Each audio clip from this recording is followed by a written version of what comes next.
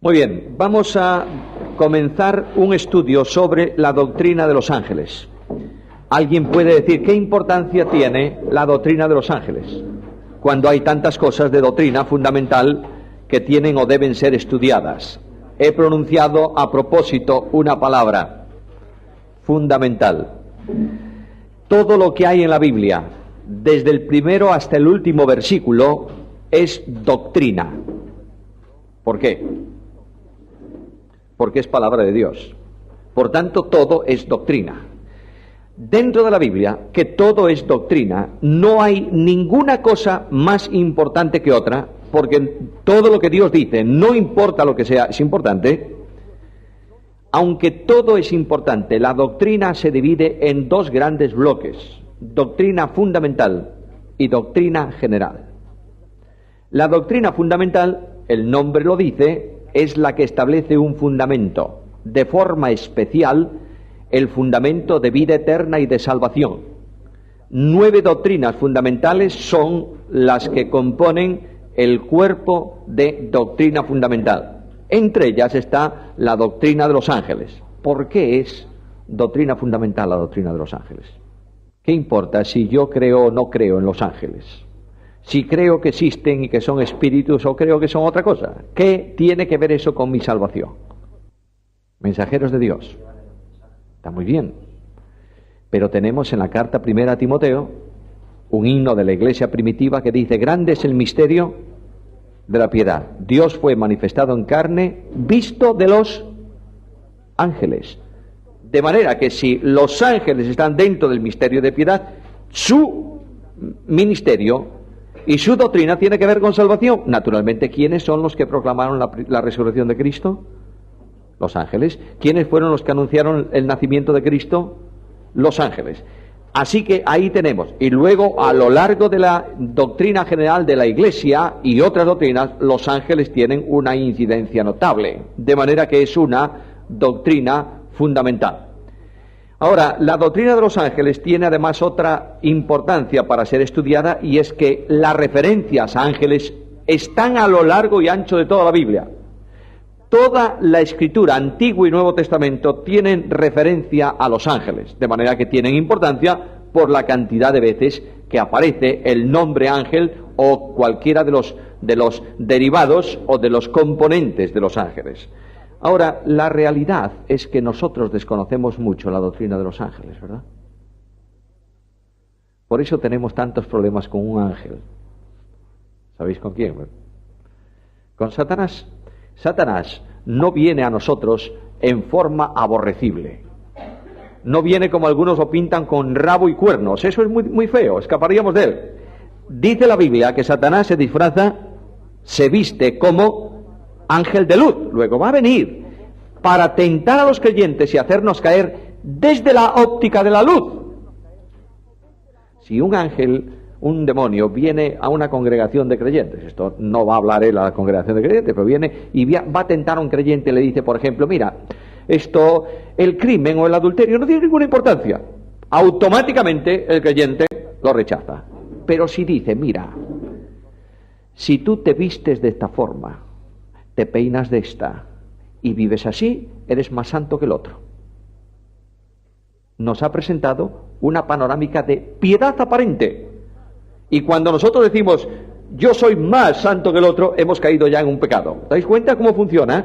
De manera que tenemos que conocer las artimañas de ellos, y para conocerlos tenemos que saber cómo funcionan los ángeles. En la panorámica aquí hay mucho material que va a ser imposible darlo.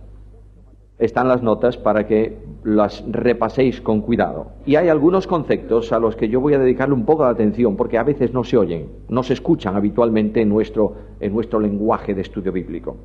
Cuando abrimos para estudiar una doctrina, lo necesario, lo mejor es sistematizarla a lo largo de toda la Escritura. Para comenzar a estudiar una doctrina tenemos que empezar por el principio de la Biblia. ¿Cuál es el libro primero de la Biblia? Génesis. Si tú empiezas a estudiar una doctrina bíblica por Corintios o por Romanos o por Malaquías, te pierdes seguramente la primera mención, que está casi todas las primeras menciones de todas las doctrinas están en el Pentateuco. La gran mayoría en el libro de Génesis. Cuando abro la Biblia, en el libro de Génesis se mencionan ángeles. de forma muy clara, muy precisa, en Génesis capítulo 18. Pido la colaboración urgente de todos, porque hay que leer bastantes citas. Génesis 18, versículos 2 al 8.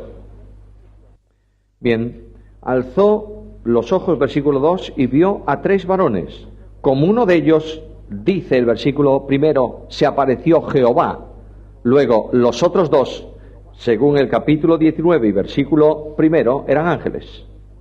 De manera que 2 ángeles, dice capítulo 19, versículo primero, 2 ángeles fueron a Sodoma. Jehová se marchó, se retiró de Abraham, y los otros 2 ángeles siguieron en su ministerio. De manera que aquí al principio de la historia de la humanidad no, pero de la historia de los patriarcas y del pueblo de Israel, los ángeles aparecen. Ahí están en ese lugar. El libro más antiguo de la Biblia, que es Job, lo veremos, menciona específicamente ángeles y habla de Satanás.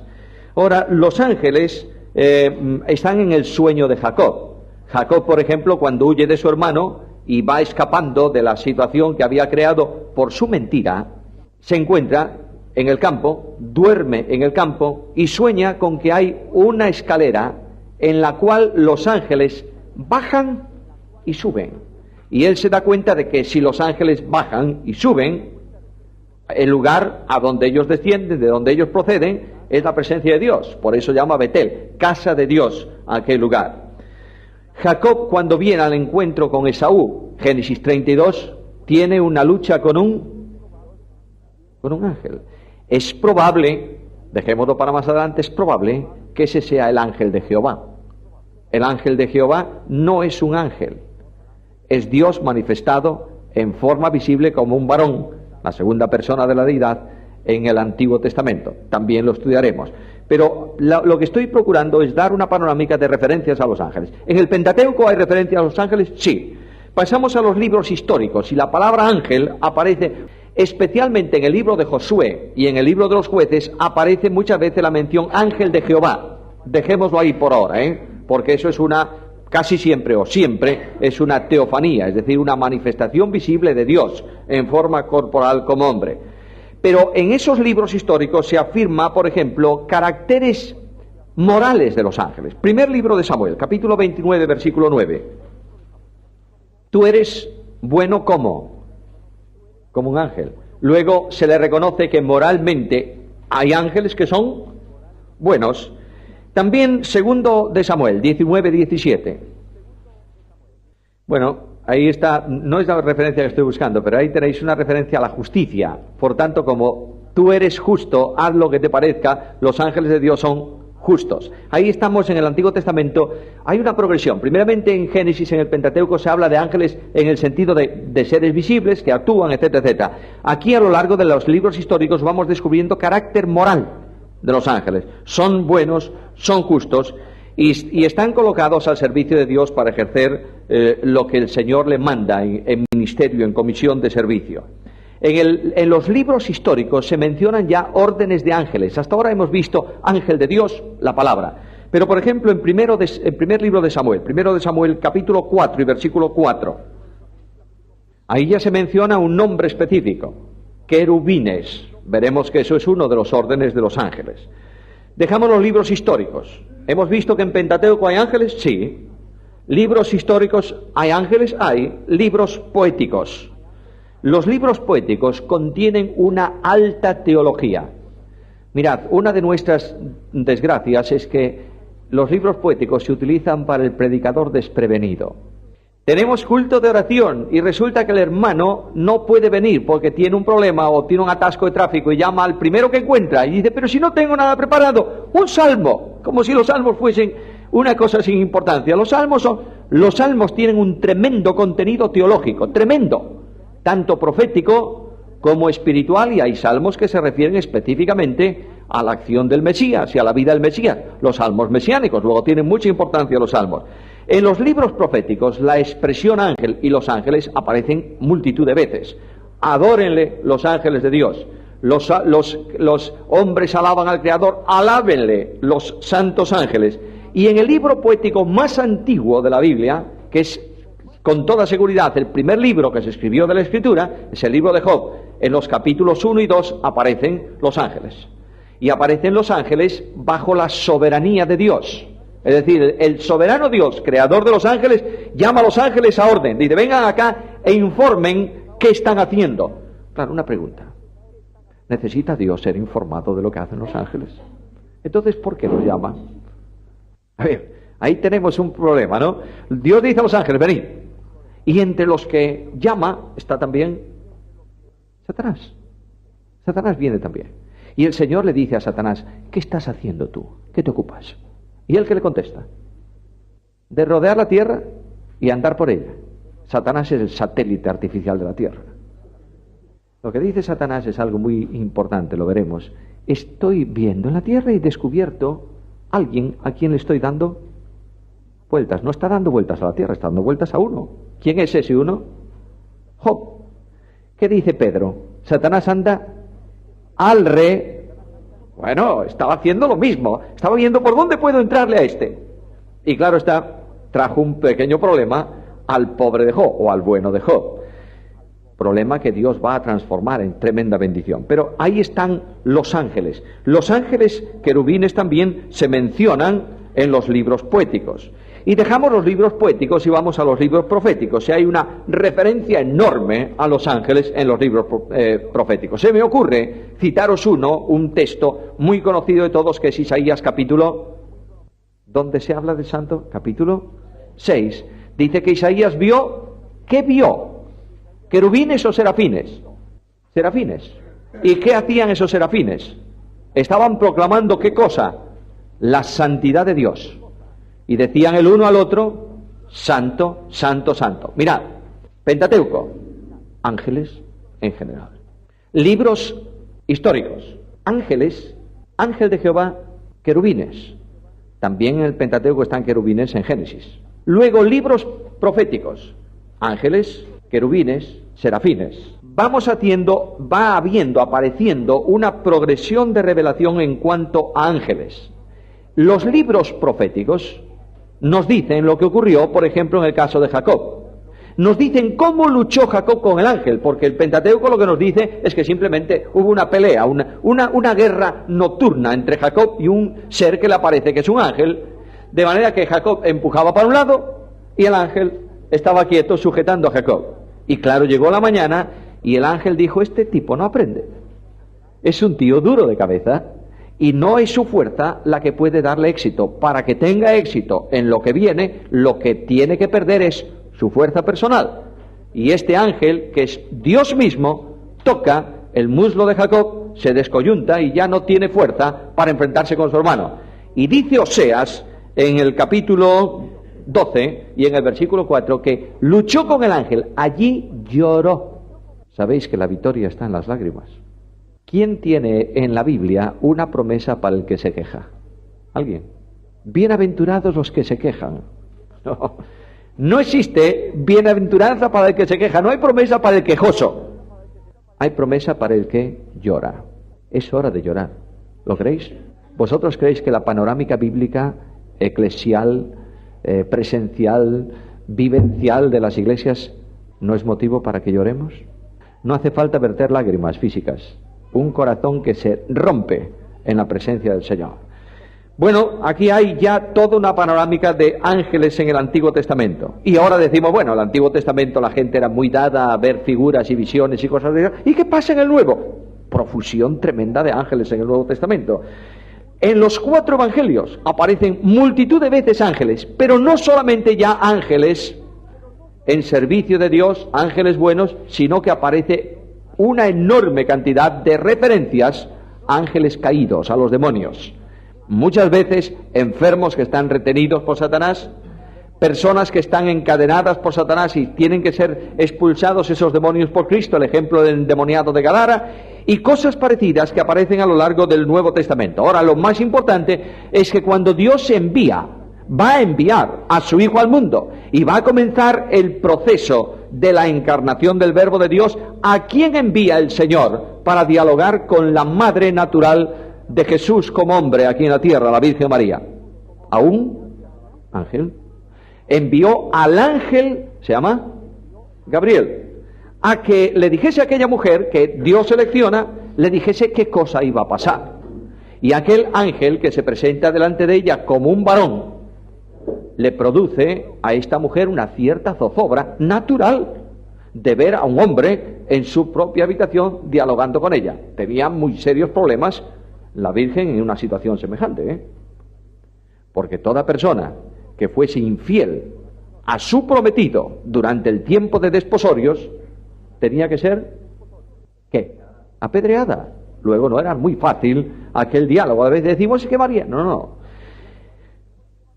Paréntesis, voy a hacer unos cuantos paréntesis. Nosotros, los creyentes, somos muy dados a idealizar cosas. ¿Cuál es nuestro héroe bíblico en el Nuevo Testamento? El superhombre del Nuevo Testamento. ¿Quién? Pablo. San Pablo. ¿Y Pedro? Nosotros somos capaces de predicar de Barrabás. ¿Cuántas veces se ha predicado de la Virgen María? ¿Os dais cuenta cómo condicionamos nosotros la Escritura? ¿Nos gusta una persona? Entonces ahí lo ponemos arriba. Tenemos que entender profundamente todo este asunto relacionado con la encarnación partiendo de la mujer y partiendo de la obra de gracia. ¿O no? Hay que estudiar esos personajes bíblicos. Ahora, en relación con el nacimiento del Señor, lo anuncia María, luego después lo proclaman a los pastores cuando ya el Señor nace. Luego ahí tenemos un enorme ministerio de los ángeles.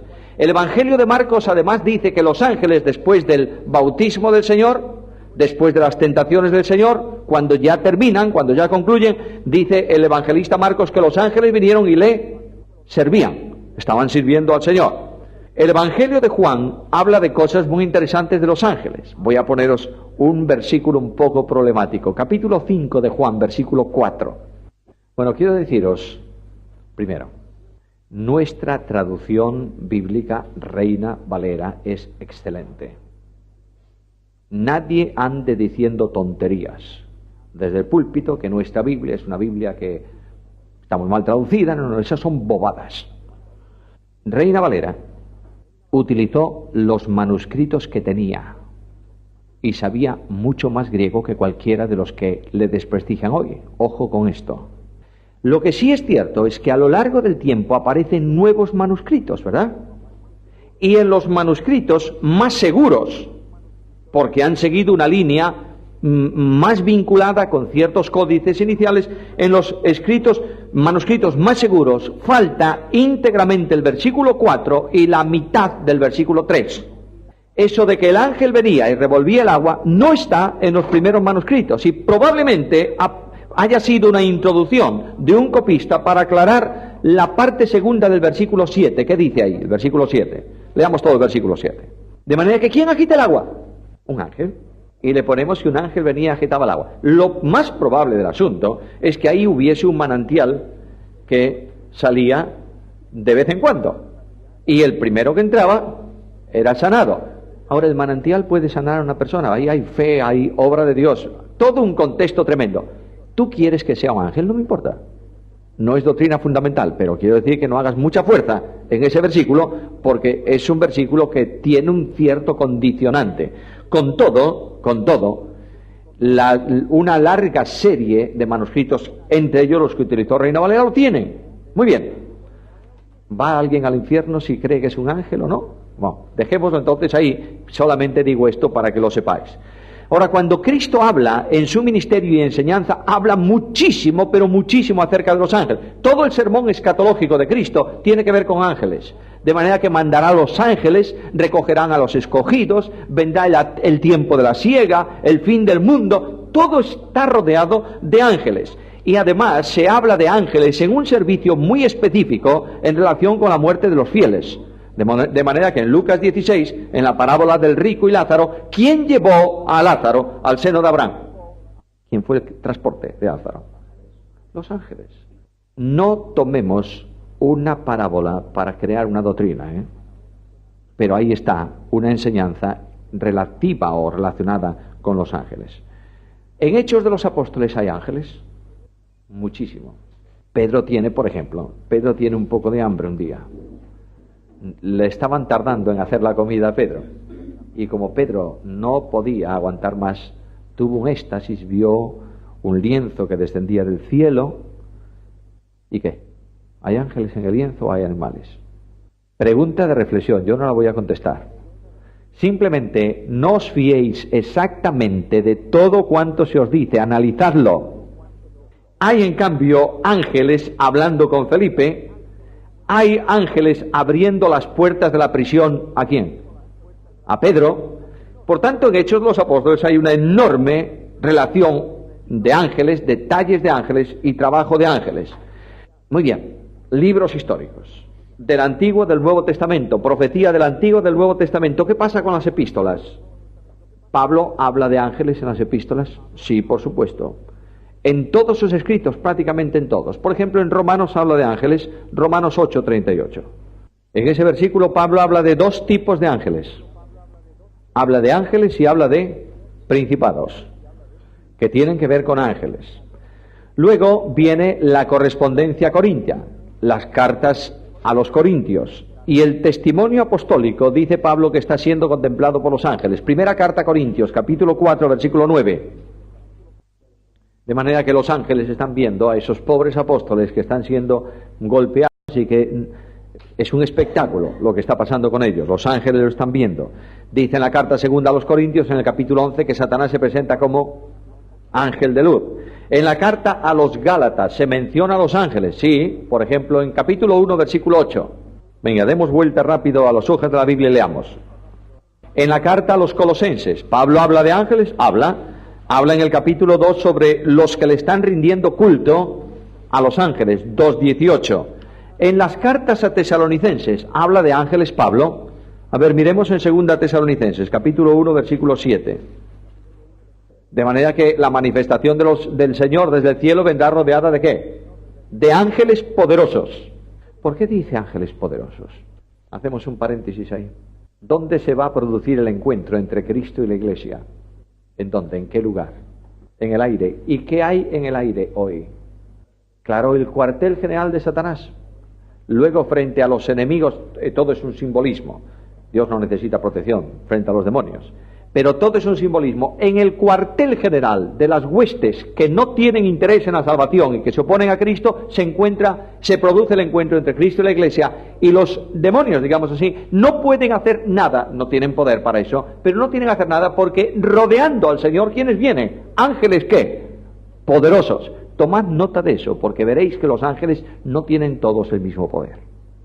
Y hay ángeles de Dios que tienen menos poder que algunos demonios. ¿Lo creéis o no? Hay un ángel que viene a dar una respuesta al profeta Daniel de su oración. ¿Y qué dice? Mira, tardé un poquito porque se me opuso el príncipe de Persia y tuvo que venir a liberarme de ese conflicto. ¿Quién? Miguel. Luego hay ángeles caídos muy poderosos. Claro, los ángeles de Dios actúan en el nombre de Dios y en el poder de Dios. Esto también lo sabemos. Otra cosa, también los creyentes. Pero hay escala de poder, de fortaleza en el mundo de los ángeles. En las cartas pastorales se mencionan a los ángeles. Sí, yo mencioné antes 1 Timoteo capítulo 3 versículo 16. Grande es el misterio de la piedad. Dios fue visto, manifestado en carne, visto de los ángeles. Y en la carta a los Hebreos, tremendo. Cristo superior a los ángeles, de modo que es una de las divisiones naturales de la carta a los Hebreos. Los ángeles como ministros de Dios, en ese capítulo primero también, dice que son puestos al servicio de los herederos de salvación. Esto, la firmeza de la palabra dicha por ángeles, capítulo 2, versículo 2, dice que toda palabra dada por medio de ángeles ha sido firme. En el capítulo 2, versículo 7, el hombre es hecho un poco menor que los ángeles. La imposibilidad de salvación para los ángeles caídos, Hebreos 2, 16, porque no socorrió a los ángeles, sino que socorrió a la descendencia de Abraham. Los ángeles al servicio de la ciudad celestial, en el capítulo 12, dice, os habéis reunido, os habéis juntado a una multitud de ángeles, a un gran número de ángeles. Los ángeles van a estar sirviéndonos en la Jerusalén celestial. Otro paréntesis. Hay una idea un tanto extraña, tomada de la teología de Tomás de Aquino. Uno de los problemas de los evangélicos es que somos muy católicos. Y hemos absorbido muchas cosas de la teología sin reflexionar. Los creyentes no están siendo preparados hoy para un gobierno cósmico individual en el futuro, ni para un servicio específico. Los creyentes somos herederos universales de toda la creación de Dios porque estamos unidos a Cristo. Y en el futuro la Iglesia reina con Cristo, juzga con Cristo a los ángeles y al mundo. El ministerio de la esposa no tiene que ver con servicio específico, sino que tiene que ver con compañía, con comunión, con relación. No quiere decir que no estemos sirviendo espiritualmente a Dios, porque somos hombres, ¿está claro? Pero esa idea de que si yo soy bueno y trabajé mucho, me van a dar como parte de mi herencia Marte y la voy a administrar. Me encantaría que me nombraran mucho mejor administrador de Vigo, porque estoy muy cansado de ciertas cosas que veo en la ciudad, a ver si le ponía orden. Quiero deciros, queridos hermanos, que la teología que no se reflexiona produce ciertos problemas. Por eso hay un versículo en Romanos 12 que nos exhorta a reformarnos ¿cuántas veces? A renovarnos ¿cuántas veces? Siempre. El creyente tiene que estar en continua renovación, siempre, entre otras cosas, reflexionando sobre asuntos bíblicos. Mirad, cuando se produce una reforma radical de alguna cosa, los que reforman estudian ese problema. Pongo un ejemplo. En la reforma, valga la palabra, con R mayúscula, de Lutero y Calvino y todos estos, ¿qué era el problema? ¿Cuál era el problema en la reforma? La justificación por la fe, ¿sí o no? ¿Qué fue lo que se estudió en la reforma? Justificación por la fe. ¿Y escatología?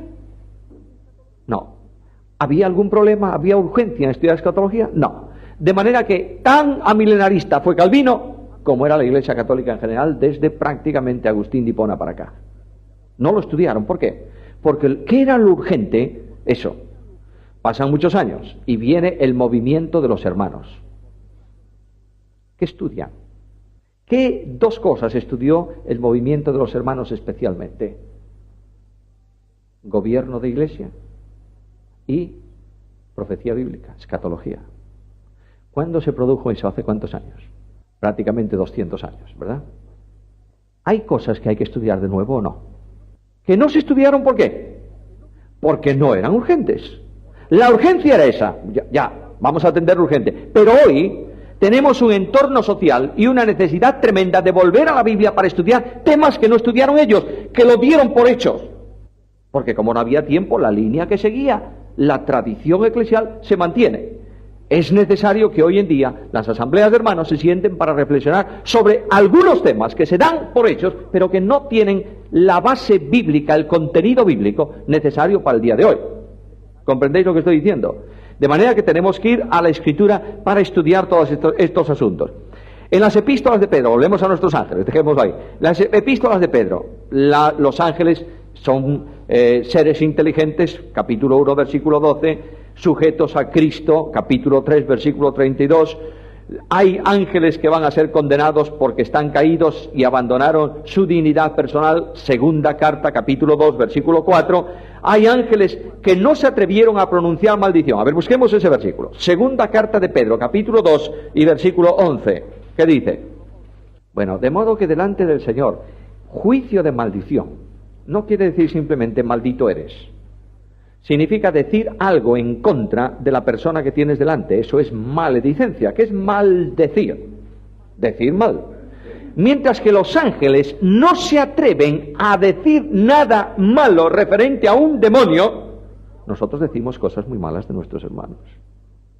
¿Sí o no? Uno de los tremendos deportes de nuestras iglesias es la maledicencia. Mira, vosotros que sois jóvenes, observad esto.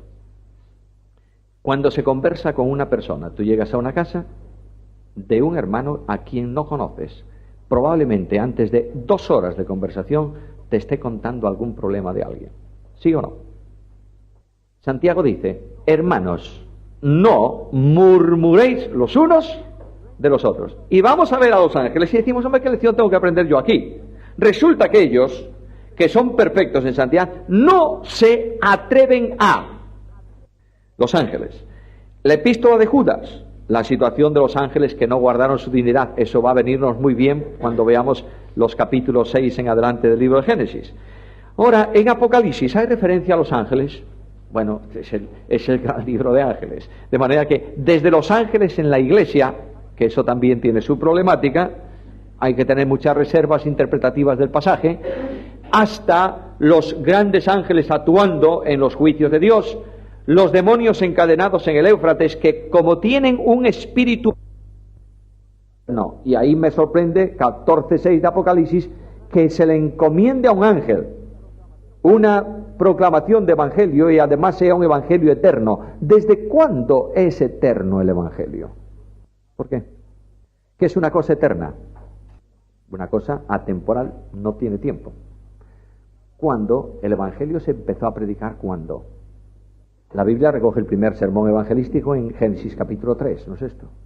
Tu simiente herirá, tal yo enviaré. Ahí tenemos un mensaje de evangelio, primero. Y el último, ¿por qué le llama eterno? ¿De dónde sale, de quién sale el evangelio? ¿De Dios? ¿Dios es eterno? Sí. Su mensaje, su planificación de salvación se produjo en la eternidad. Ahora dejadme daros una idea de este asunto. Una cosa eterna es una cosa que no tiene principio ni fin, ¿verdad? ¿Qué significa eso? Que no tiene tiempo. Esto es la cuestión. Eterno es sin tiempo. El tiempo no es eternidad. La eternidad entra en el tiempo, con Cristo que es eterno. Ahora, todo cuanto Dios crea, lo crea temporal, en tiempo. Tiene un origen, tiene un fin o una vida perpetua. El único que es eterno es Dios mismo. Por tanto, cuando hablamos de eternidad, estamos hablando esencialmente del aspecto que vincula la vida de Dios. Nosotros, como somos gente del tiempo, miramos la eternidad como antes del tiempo y después del tiempo. No, el tiempo es una creación de Dios. Todo cuanto Dios crea, lo crea en el tiempo. Las cosas no son eternas porque tienen tiempo. ¿Os dais cuenta de esta diferencia? Esto es muy interesante. Ahora, el Evangelio, como sale de la mente de Dios, no tiene tiempo porque se produce cuando no existía el tiempo. Era eterno. Por eso le llaman el Evangelio eterno. La planificación de salvación es eterna. Dios la genera cuando no hay tiempo. No sé si me estáis siguiendo. Si alguien no entiende, dígamelo, por favor. Quiero decir que nosotros estamos viendo las cosas desde la única dimensión que tenemos, que es el tiempo. De manera que yo veo para atrás un año, o un siglo, o 1000 años, y veo para el futuro un año, un siglo, o 1000 años. Dios no ve el tiempo es algo que corresponde a la creación de Dios, ¿está claro? Luego, todo cuanto se produce en la mente o en el plan de Dios antes del tiempo es eterno, porque está viviendo en la eternidad. ¿Entendemos eso? Bien. Los ángeles en la ciudad celestial, etcétera, etcétera, etcétera. Bueno, hermanos, yo creo que llegamos a una conclusión de este primer asunto. Tenemos que estudiar la doctrina de los ángeles. ¿Por qué? Porque está en toda la Biblia. Luego, si tenemos que estudiar la Biblia, necesariamente tenemos que estudiar la doctrina de los ángeles. Una preguntita. ¿Se estudia toda la Biblia hoy? ¿Sí? Bueno, hay gente muy estudiosa aquí de la Biblia, ¿verdad? Sí. ¿Y qué ocurre, por ejemplo, cuando llegáis al capítulo 15 del libro de Josué? La relación de todas las ciudades. Pum, pum, pum, pum, pum, pum, pum. ¿Estudiamos eso? Es decir, para ciudades, claro. ¿Y qué pasa cuando llegamos a los capítulos primeros de Crónicas? Este engendró al otro. ¡Bah! ¿No tiene importancia eso? Claro que tiene importancia. ¿Cómo lo va a tener? Naturalmente. En el libro de Josué, por ejemplo, el estudio de esas ciudades os va dando una panorámica de cómo Dios ejecuta su plan de acción conforme a su pensamiento. Si no lo estudiamos, desconocemos eso, ¿verdad? Y perdemos una importante lección para nuestra vida. Y las genealogías, ¿cómo no vamos a estudiarlas? Si precisamente las genealogías van a resolvernos un problema serio en cuanto al reino de Cristo. Ahora, nosotros decimos, bueno, genealogías no, ciudades no, está bien. ¿Cuántos estudian, por ejemplo, la profecía de Nahum? ¿A quién se dirige la profecía de Nahum? ¿A qué reino de Israel se dirige la profecía de Nahum? ¿Al reino del norte o al reino del sur? Sin abrir la Biblia, por favor. ¿A quién? Nahum escribió una profecía. ¿Para quién? ¿Para el reino del norte o para el reino del sur? Para ninguno, para Nínive. Ahí tenemos un problema muy grave. Y como eso, pues muchas cosas más. Os dais cuenta que vamos encasillándonos en algunas cosillas que son muy importantes, pero debemos estudiar la Biblia, por favor. Una generación sin Biblia es una generación arruinada. Vamos a la existencia de los ángeles. Los ángeles son una creación de Dios. Dios es el creador universal. Cuando hablamos de creación, Génesis 1:1, leemos estas palabras. En el principio, ¿qué? ¿Creó Dios qué cosas? Los, plural, cielos y la tierra. Sabéis que que los judíos establecían 3 niveles de cielos. El primer cielo, cielo atmosférico. El segundo cielo, cielo de las estrellas, donde tienen la morada los ángeles. Tercer cielo, el cielo de Dios, donde Dios manifiesta su gloria. Muy bien. Aquí se utiliza plural. Creó Dios los cielos y la tierra. No solamente creó la estructura celestial y la estructura terrenal. Creó los seres que corresponden y pertenecen a la tierra y los seres que corresponden y pertenecen al cielo. De manera que en esta creación están los hombres, los animales y también los ángeles. Dios es el creador. Dios hizo un acto de creación orientado hacia Él mismo en la persona de su Hijo. A ver, por favor, Hebreos capítulo 1, versículo 2. Bueno, ya. ¿Y por quién asimismo hizo el universo? Pero Dios constituyó a su Hijo ¿cómo? Heredero de todo. Ahora un concepto, por favor. Para que yo herede algo de mi Padre, ¿qué tiene que ocurrir? Que fallezca el Padre. ¿Cómo podemos entender que Dios constituye a Cristo heredero? ¿En qué sentido? Cede toda la creación a Cristo, pero eso sería, yo le llamaría más bien, en ese caso, beneficiario. Pero heredero, ¿por qué heredero? El heredero es dueño de la herencia cuando legítimamente la posee, ¿verdad? Muere el padre, hace la escritura, es mía. Ahora Dios proclamó a su Hijo dueño universal de todo. En el Salmo 2 dice, pídeme, ¿y qué? Te daré.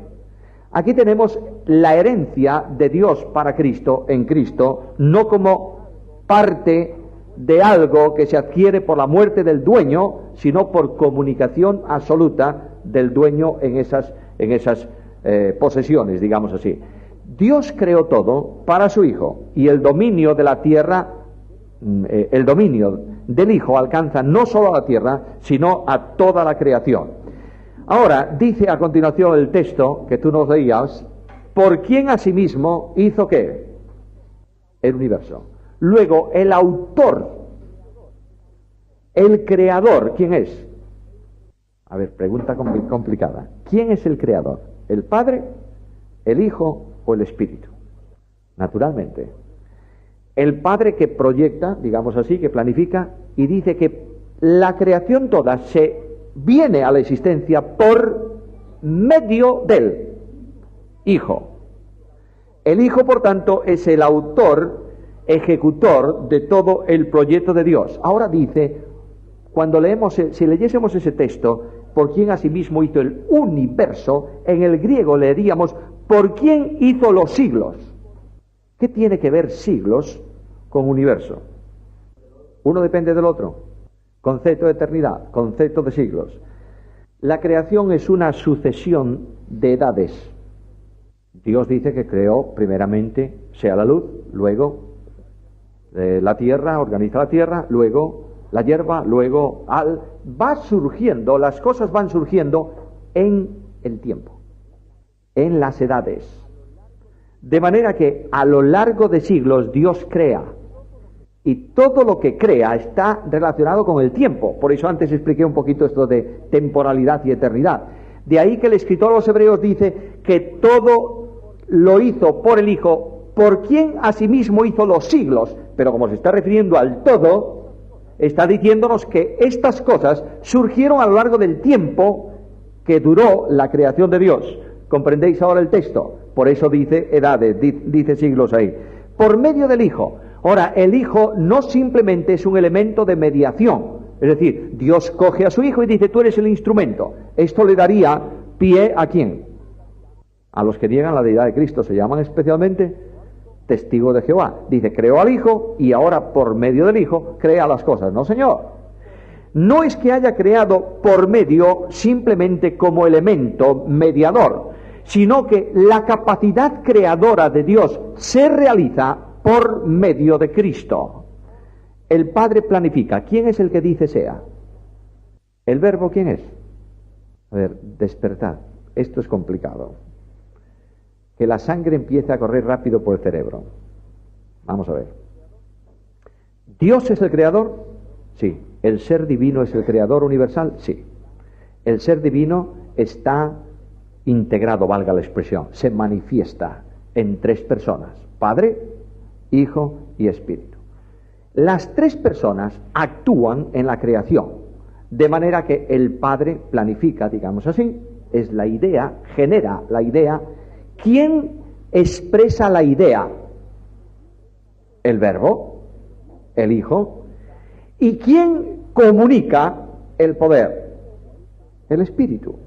De ahí que cuando leamos sea, es el Verbo que pronuncia la palabra y dice que el Espíritu se movía sobre la faz de la tierra. Ahí tenemos al Dios en tres personas actuando en la planificación de la creación. Ahora, en el lenguaje usual se le llama creador al Padre, sí, pero aquí se le llama también creador al Hijo, natural. Y dice en el libro de Job que su Espíritu adornó los cielos, por tanto también el Espíritu Santo. Queridos hermanos, aquí tenemos un ejemplo importante para nosotros. Dios es un ser que existe eternamente en tres personas. No hay confusión de personas, no hay mezcla de personas. En el ser divino, las personas son individuales, nunca autónomas, nunca independientes. ¿Me seguís? Algunos no. Vamos a ver. Asambleas de hermanos. A lo largo de mucho tiempo se ha dicho que la iglesia local es independiente. ¿Es verdad eso? A la luz de la Biblia, ¿es verdad? La iglesia local es individual, pero no es independiente porque forma parte de una sola iglesia. ¿Está claro? La vida de la iglesia es una. Los creyentes forman todos un cuerpo donde estén. ¿Sí o no? Muy bien. ¿Cuál es la consecuencia que trae la independencia? Esta es mi parcela. Iglesia en Fuente Canillejas. Canillejas, no, Canillas. Canillejas de Madrid. Perdonen los catalanes. Vamos a establecer, vamos a dividir la ciudad. Bueno, dejemos a los catalanes tranquilos, por favor. Son mis amigos, pero dejémoslos en paz. Nuestra ciudad en Vigo. 6 iglesias. Vamos a reunirnos un día y como hay alguien que ha entrado en mi sector y el otro, vamos a dividir esto.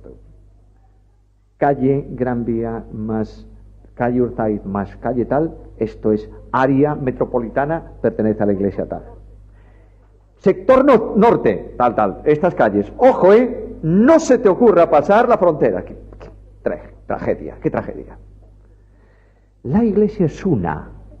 Y el concepto tremendo de iglesia local en Hechos, el concepto de Pablo de iglesia local es iglesia en ciudad. Por eso dice a Tito, ¿te he dejado para que establezcas ancianos por las iglesias? No, señor, por las ciudades. El concepto de iglesia vinculada en una ciudad es el concepto de iglesia local. La iglesia en Éfeso puede ser que se reúna en 25 sitios, ¿o no? Naturalmente, y puede ser que los ancianos de esa ciudad estén conduciendo, liderando cada uno de los sitios donde se reúne la iglesia. Está muy bien, pero esa iglesia tiene un entorno social común, ¿o no? Naturalmente, luego deben planificarse la obra local, porque hay cosas de la obra local que afectan ¿a quién? A todas las iglesias, porque están en una ciudad. Aquí tenemos un concepto importante. Ahora, esto sale del concepto que nosotros tenemos de Dios y de la teología de Dios. Dios es un ser que existe eternamente en tres personas. ¿Son individuales las personas? Naturalmente, el Padre no es el Hijo, ¿verdad que no? Y el Hijo no es el Espíritu. Y cada uno de ellos tiene, utilizando una palabra inglesa, un rol, un papel que hacer y que ejecuta. ¿No es así? Claro que sí. ¿Pero tienen una vida común o no? ¿La vida del Padre es la vida del Hijo o no? Naturalmente. ¿Y tienen una esencia común o no? Naturalmente. Por eso Dios no puede separarse. No puede decir, estoy diciéndolo con mucho respeto, el Padre no puede decir un día, bueno, ahí os quedáis, me voy. No, te falta la vida. ¿A quién? ¿Cómo puedes vivir si la vida es común y la naturaleza es común y la esencia es común? ¿Os dais cuenta de esto? De ahí la Iglesia también, por favor. La Iglesia también. Tenemos una vida común, una condición de vida igual, una doctrina exactamente igual y unas bases unitarias comunes. La tremenda tragedia nuestra es cuando decimos tú ahí y yo aquí. Ese es su problema. ¿Está claro? Bueno, ¿Dios creó los ángeles? Sí, los ángeles son una creación de Dios. Y el pasaje clave es Colosenses 1, 16, 17. Vamos allá, venga. Porque en Él fueron creadas, ¿qué? Todas las cosas. Luego, como los ángeles son una creación de Dios, ¿fueron creados en Cristo? Sí, Señor. Como todas las cosas creadas, fueron creadas en Cristo Jesús. Luego, la creación no surgió solo por medio de Él, sino que la creación se origina en Él. ¿Notáis la diferencia o no? El primer versículo que veíamos de la carta a los Hebreos dice que por medio de Él hizo el universo. Aquí dice algo más. No solo lo hizo por medio, sino que lo hizo en Él. Es decir, Él es la base de vida, iba a decir de vida vital. La base de sustentación absoluta es el principio vital, es lo que estaba buscando, de toda la creación. No solamente dijo sea, sino que una vez que eso surge, Él lo mantiene. Y dice el escritor a los Hebreos que todo el cosmos obedece a la ley de su palabra. Él sustenta todas las cosas con el poder de su palabra. Frente a un mundo que está buscando una solución al problema del universo, y como no le vale para nada ya, esto ya lo sabéis todos, no le vale para nada a los científicos modernos la evolución, han creado la teoría de la explosión, y ya no le está valiendo la explosión. Entonces tienen que crear la teoría de la mutación, y ya no le va a valer, y seguimos por ahí adelante. Dios crea por Cristo y crea en Cristo. Ahora, la creación está definida ahí, las cosas que hay en los cielos y las que hay en la tierra. Muy bien. ¿Y qué cosas son las que se refiere a las que hay en los cielos? Visibles e invisibles. De manera que hay una creación orgánica, material, con vida animada o sin vida animada, que es todo cuanto nos rodea y que podemos ver no solo el cosmos normal y el macrocosmos, sino el microcosmos. Nosotros podemos llegar a ver bacterias y microbios y elementos de este tipo que no podemos ver con la vista, ¿verdad? Naturalmente que no, pero agarramos un microscopio y están ahí, se hacen visibles. Pero hay cosas que aunque tú pongas 57 microscopios, no las vas a ver nunca. ¿Quiénes son? Los ángeles. Tú no vas a ver a los ángeles en su forma natural como espíritus. ¿Por qué? Porque tú eres un cuerpo orgánico con unos ojos que tienen que ver cosas tangibles. No se ven a los ángeles. ¿Están aquí esta mañana? No dudes, están. Algunos no demasiado provechosos. No los vemos. Solamente cuando Dios ha permitido que se materialicen, los vemos. ¿Está claro? Ahora, hay muchas personas, un paréntesis ahí, hay muchas personas que quieren ver ángeles. Quiero ver un ángel, yo quiero ver un ángel. Un día vas a ver un ángel. Pero no vas a ver el ángel que tú quieres. Vas a ver otro tipo de ángel. No vas a ver el espíritu de Dios, vas a ver un espíritu. ¿Está claro? Bueno, la creación definida, las que hay en los cielos y en la tierra, visibles e invisibles, y dice, sean tronos, sean dominios, sean principados. ¿Y eso qué es? Dice las cosas visibles y las invisibles. ¿Cuáles son las invisibles?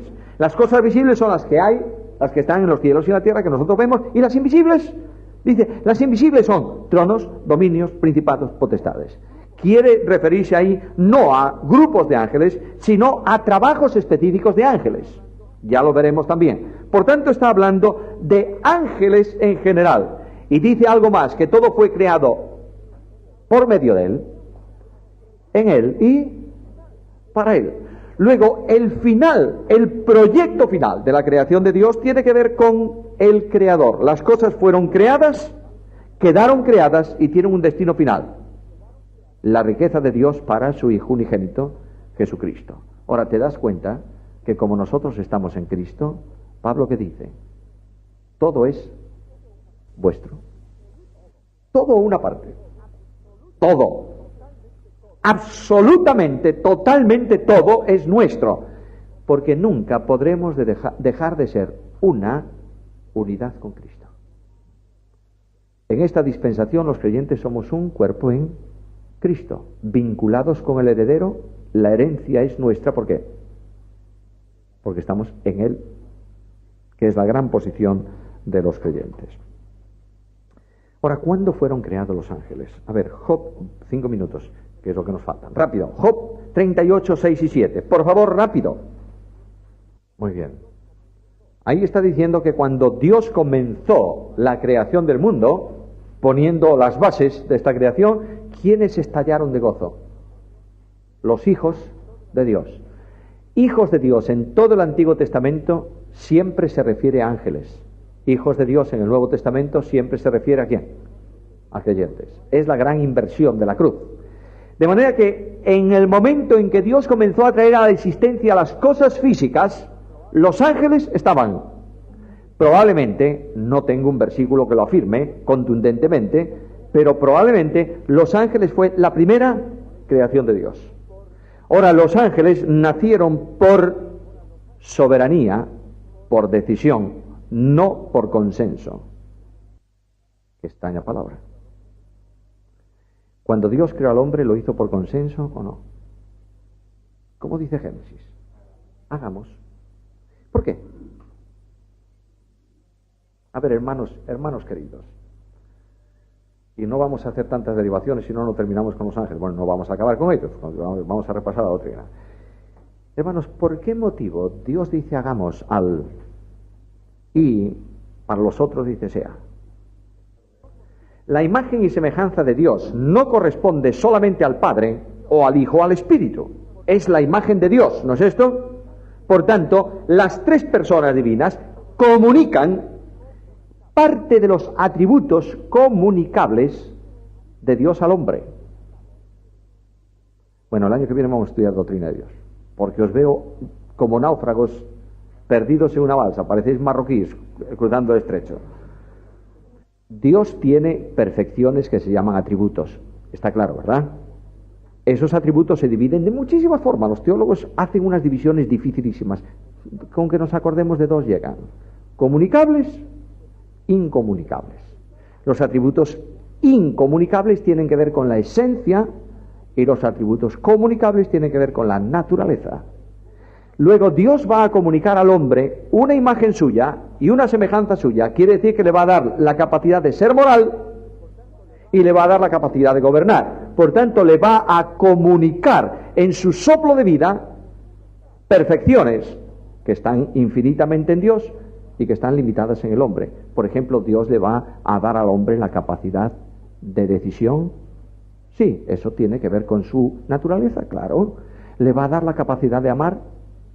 Sí, tiene que ver con su naturaleza. Tiene. Por eso dice el libro de Génesis, hagamos, porque va a llevar nuestra imagen y ser hecho conforme a nuestra semejanza.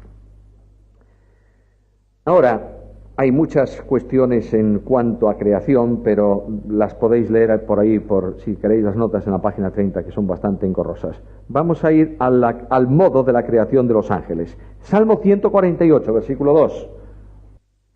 Alabad de vosotros todos sus ángeles, propiedad absoluta de parte de Dios. Y Dios creó a sus ángeles por decreto, es decir, son mis ángeles, aquí está. Y surge, a diferencia del hombre, la creación angélica surge toda, junta. El hombre crea primeramente al varón, después a la mujer, luego multiplicaros. Dios creó los ángeles en una estructura absolutamente diferente. Y el lenguaje que utiliza la Biblia para eso es también un lenguaje distinto. Ahora, cuando los ángeles son creados perfectos o imperfectos. A ver, un texto que lo diga. Porque tenemos unos cuantos muy imperfectos, que se produce por caída. Está bien, pero cuando creó, ¿todos perfectos? ¿Bien perfectos? ¿Grandemente perfectos o no? Siempre no dudéis eso. Dice el libro de Génesis que Dios, digamos así, se asomó a ver la creación. A ver, ¿cómo ha quedado esto? Y dice que era bueno, ¿cómo? En gran manera. Luego ahí tenemos los ángeles, creados en santidad.